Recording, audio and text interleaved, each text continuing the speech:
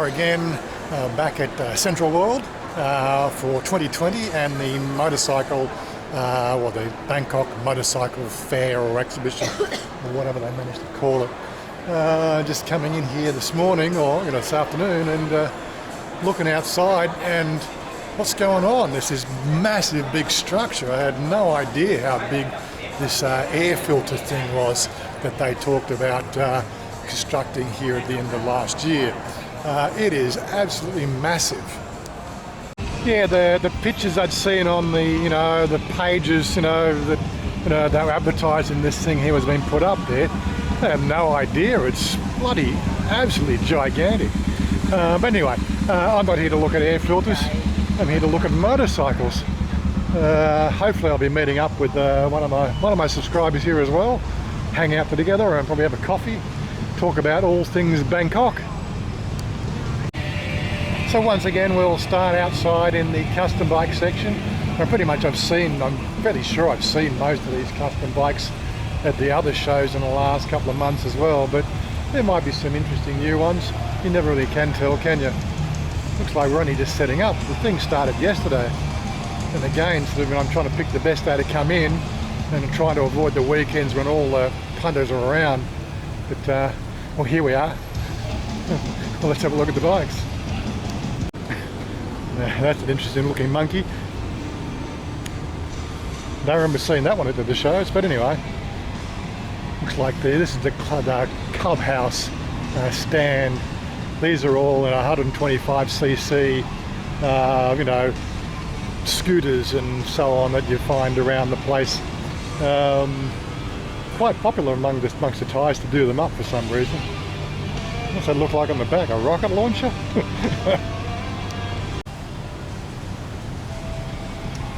Some classic Harleys there.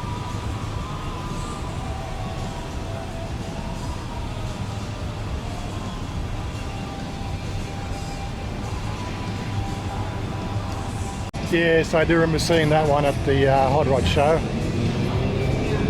Don't remember that one. I have to go back and look at the video.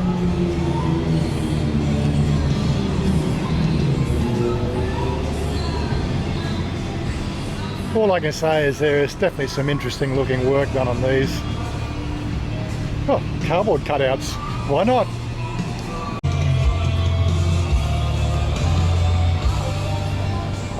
That just looks weird.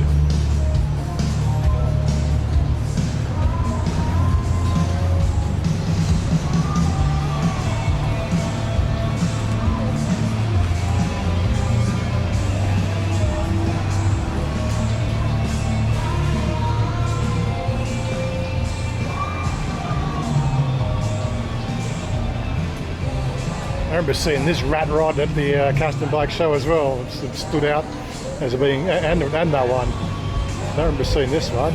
It's the cafe racer style.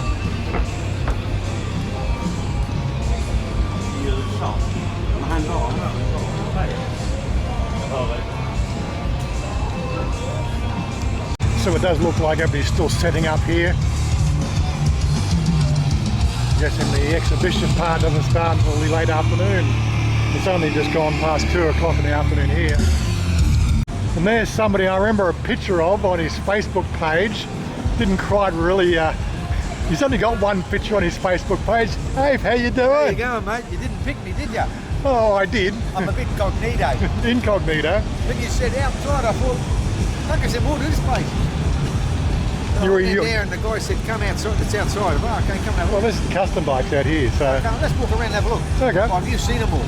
Well, I've just done that. I've just done behind me. Well, okay. Turn the camera around. I've just come from behind me, so let's go and look up the rest of the place. This is your business partner with you, is that? Sort of. Yeah, yeah. This was my first bike in a 50. Right, yeah. QA 50.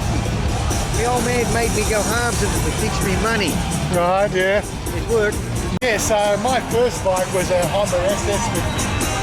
Mine was one of them. Yeah. QA 50. One of the little ones, yeah. But no back shock absorbers then. Oh, well, there you Mine was go. the first one with no shock absorbers. This, of course, is just the commercial area that they, the people sell their wares. All their bits and bobs. I see now motorbikes motorbikes are more of a high-end product here, not so much as a necessity. Well, no, they are a necessity, but you know what Thais are like, you know, they can afford to do the bikes up, they can't afford to do the cars up. A couple more customs up here. Nice one. Looks like some of the curtains are still drawn. Don't know why. The show started at 10 o'clock this morning. But as I said to Alf on the Facebook Messenger, I normally start with the outside custom bikes first before we go inside and have a look at the commercial ones. There'll be some interesting t-shirts there. I don't know. Want to come up?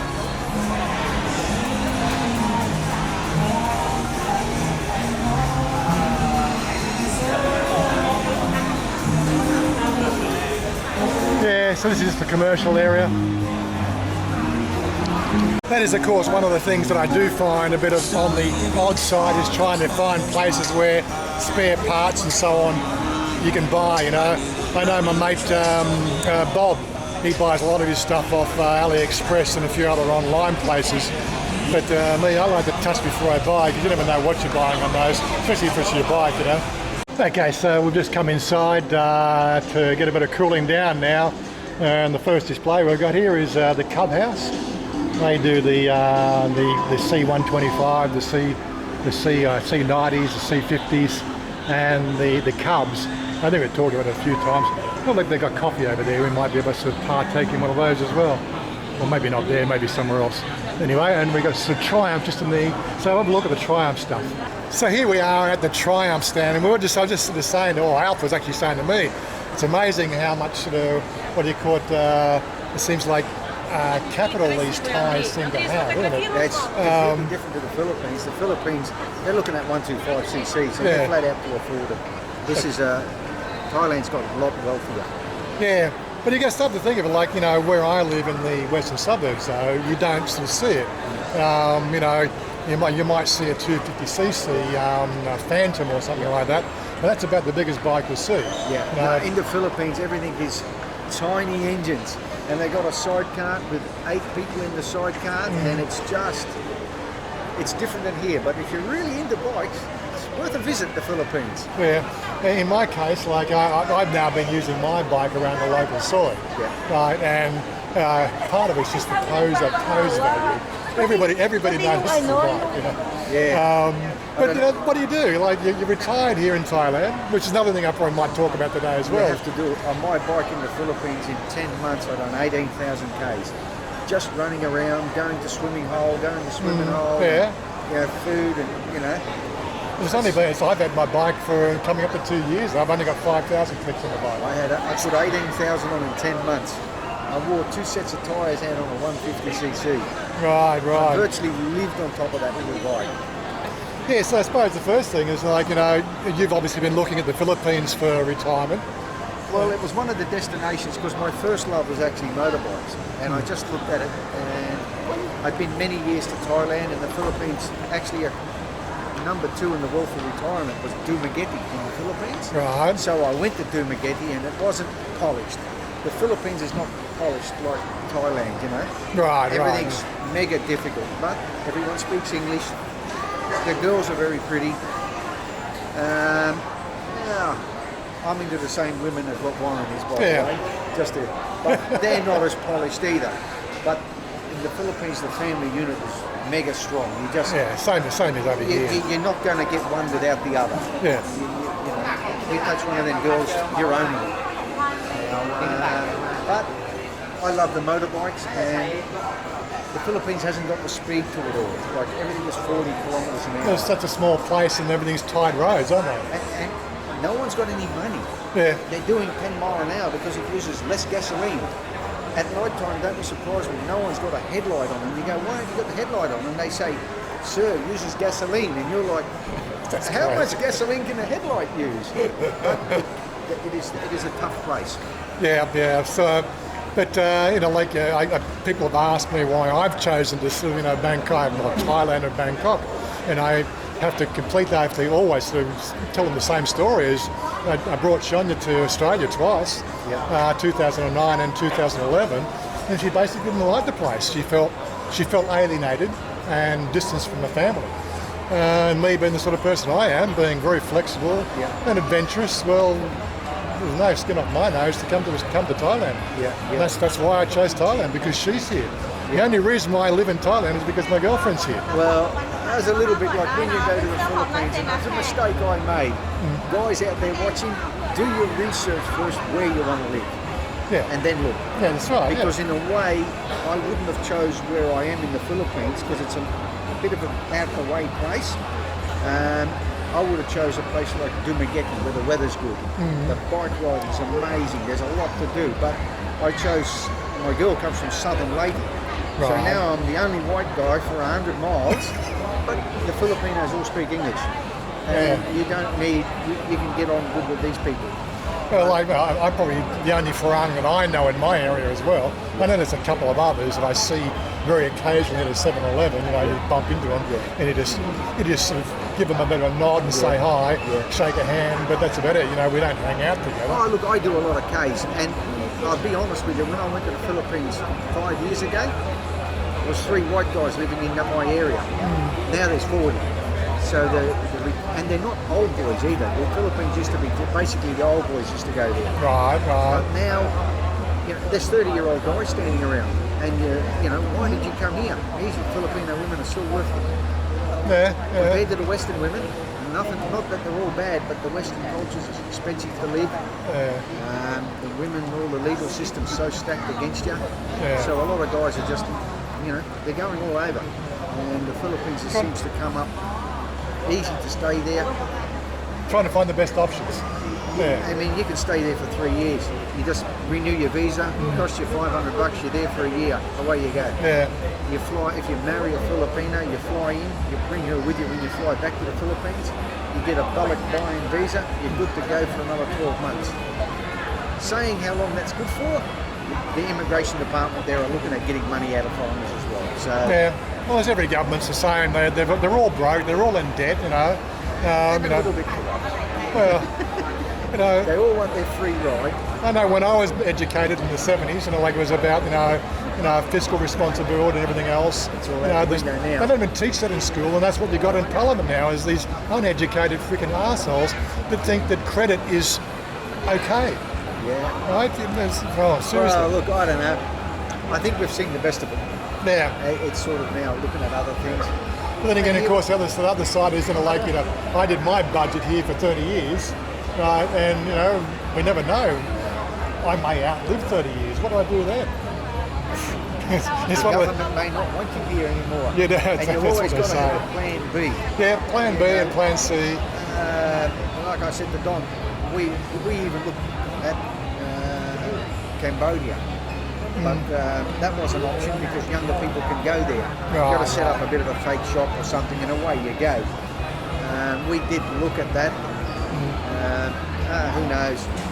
I don't know. At this time, there's so much happening in the world. I think it's a little bit. We're on the verge of World War III. Some people are saying, aren't we? The dollars are collapsing. You've got to really look.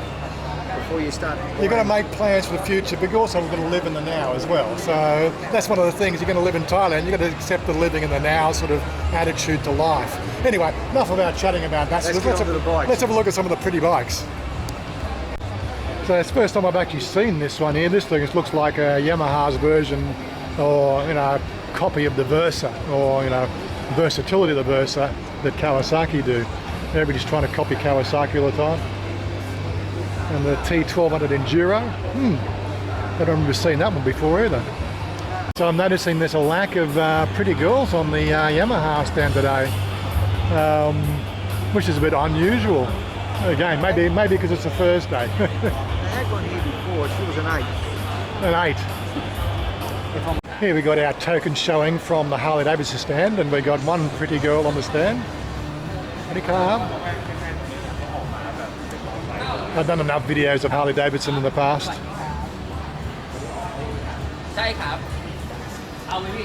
Anyway, here we are at the Kawasaki stand. Look who just pops in beside me. taps on the shoulder. Says, "What are you doing here?" Oh well. Same thing I am. My brother bikes. Jerry. Brother from another mother. Yep. So you're going to go buy yourself a Kawasaki, are you? Nope. No. You need to teach me how to ride first. What are you looking at the bikes? Oh, you're here to look at the girls. It's something. Yeah, he's looking riding at a the bike girls. is like a surfboard. It's something you've got to learn early. Like horse riding and these type of skills, you've got to learn them early. I like cars. He's the car freak. He likes the big muscle cars.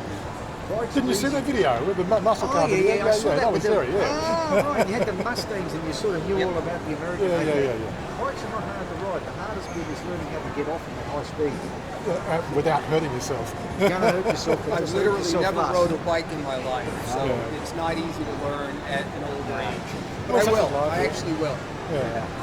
Well, it's starting a small thing around here. It's Bangkok or whatever. It's starting small. Don't Go get with one a of these scooter big because that way you haven't got to deal with the gears. Yeah. You've only got to deal Well, he with told me though that you got to start with the gears right away, and I've always drove a Yeah. stick car, so in my mind, gears are the way to go also. But Yeah. we'll see.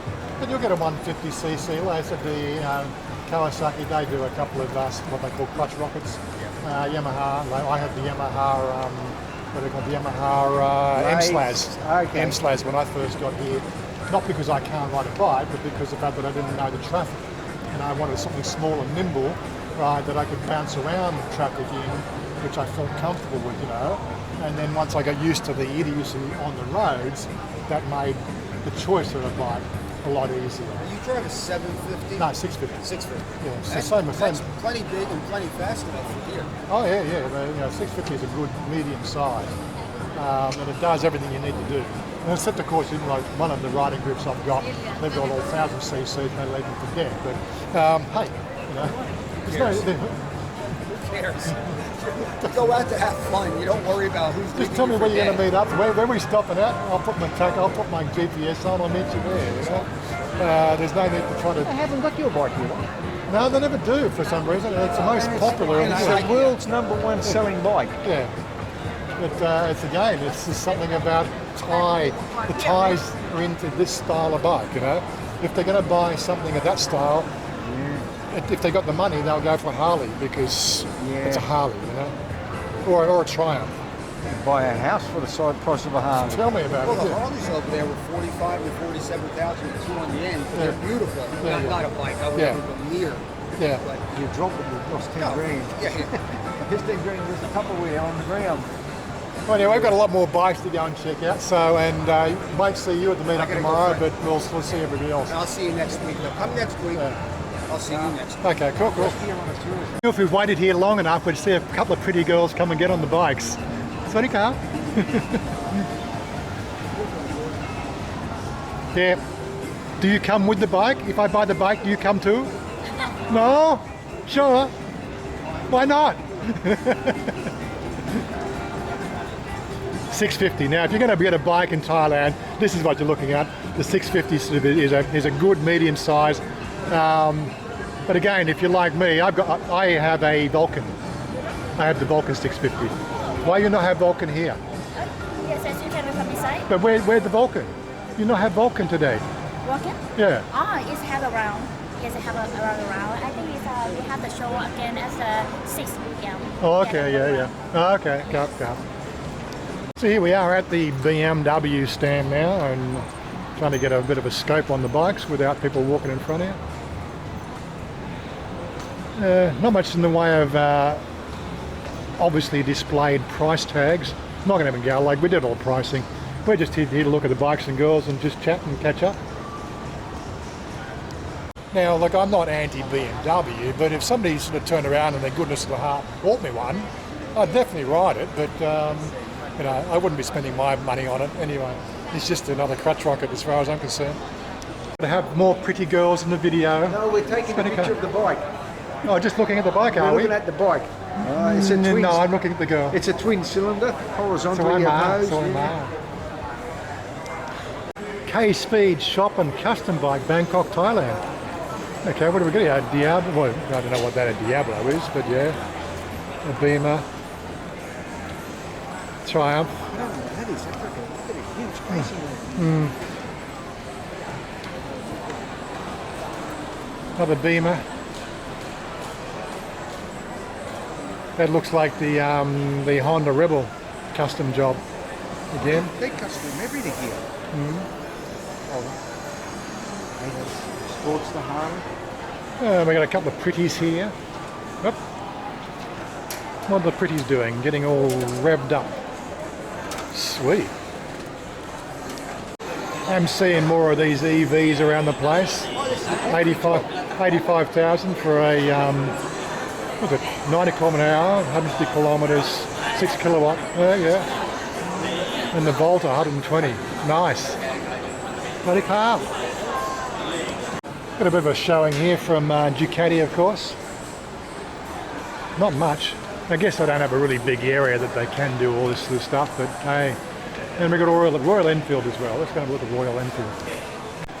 Royal Enfield seem to always be sort of in these shows and doing their thing to, you know, give you a bit of an option. Classic styles. These things had a really good ride-up. Yeah? Yeah, so the guy had a really good ride-up. He said for $4,000. They look old, but they've got the latest electronics in them. They don't break down. Yeah. 650, you know, it's a classic style, classic street style. And the Himalaya, that seems to be a popular model out here as well. AJE V-bike. What a car.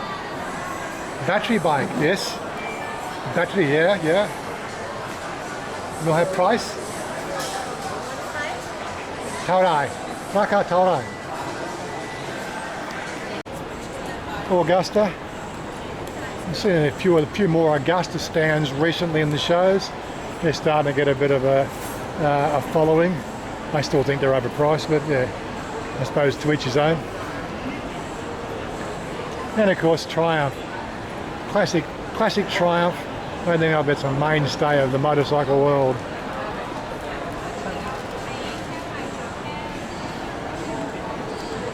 So we're back at the Yamaha stand again, trying to find the Indian stand, and here's our pretty girls on the Yamaha stand. Sweet.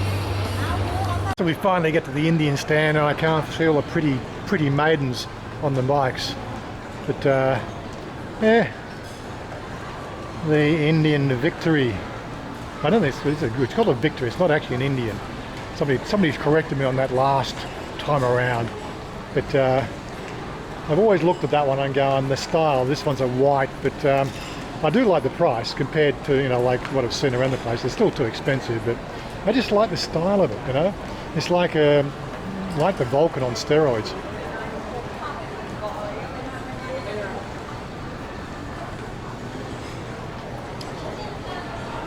$850.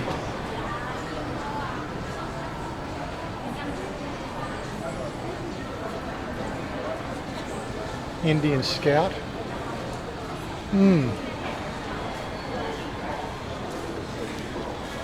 Of course, I've been told that the Victory motors, they're awfully expensive on parts, and I don't know if you actually get any parts over here if something goes wrong. So that'll be something to consider about the Victory. And again, I suppose the same would apply with the Indian as well. Caught a glimpse of these from downstairs. I don't know if it's part of the show. I'm guessing it's part of the show, but can't really sort of work out what part of the show it is. It's quite a distance from the rest of the stuff, isn't it?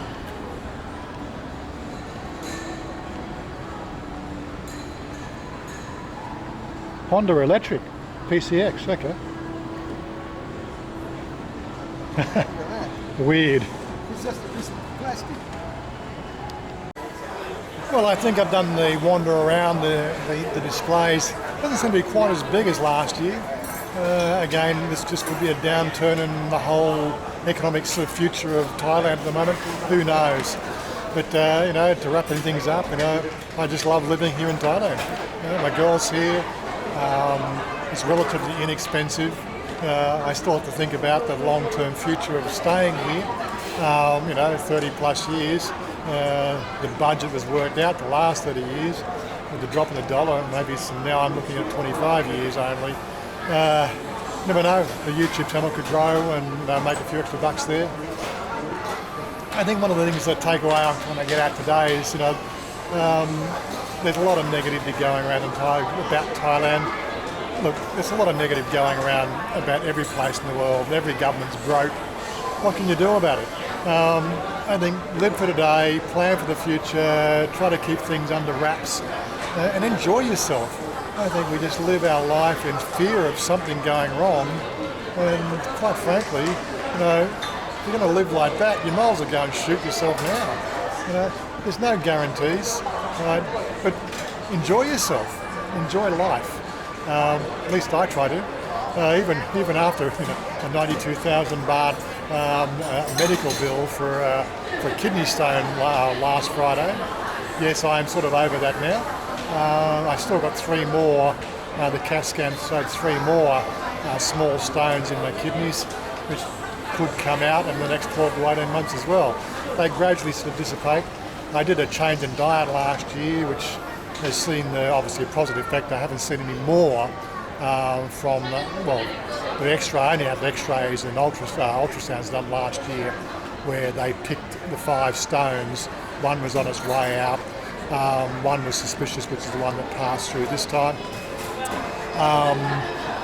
That required the ultrasonic treatment to smash it up to pass through the ureter into the bladder.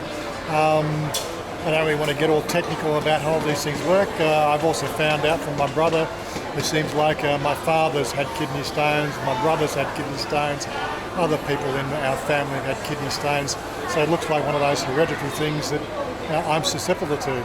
I'm now doing a different sort of take on what you put in. I don't, apart from once a week, I might have a coffee or something like that. I do take the apple cider vinegar now. Also, I take a couple of other herbals, which supposedly, are good for the body. My problem is the fact that I haven't been very religious on them. I think I know after the first kidney stone passing last year, I was religiously doing it for 2 months. Nothing else was transpired in that 2 months. So I got slack again. One of the problems that you're going to have here living in Thailand is life is so easy. You don't think about all the things you've got to think about. It's just again, we're on this planet for a good time, not for a long time. Mind you, medical science is coming away. I read an article a couple of weeks ago. There's one clinical university has found out why they've found a couple of genes when they tweak them together can extend the lifespan by 500%. I can't even imagine what a planet's going to be like if we're living to 500 years old. Oh my God. But again, it's probably going to be limited to those people who have more money than sense. People like me will probably miss out on that one. I won't be able to afford the treatments, but again, do you really want to? I think you just got to look at life and to say, what do you really want out of it? I'm just trying to find where the Kawasaki stand is again. That's where I said I'd meet Faith back. He's gone to find his missus. Anyway, so I'm going to wrap that up here, and we'll talk to you on the flip side. I don't know what we've got coming up next. I've started to lose track of these sort of things, events, and having fun. As I said, Chanya works. We do our Wednesdays together. Oh my God! Check the ass on that. Oh my God! Anyway, sidetracked again. Anyway, I'm going to wrap it up here, and we'll catch up with you on the next video. Don't forget to hit that like, guys. It always tells me how many people are watching the channel. People who hit that button. So we'll talk to you later. Bye for now.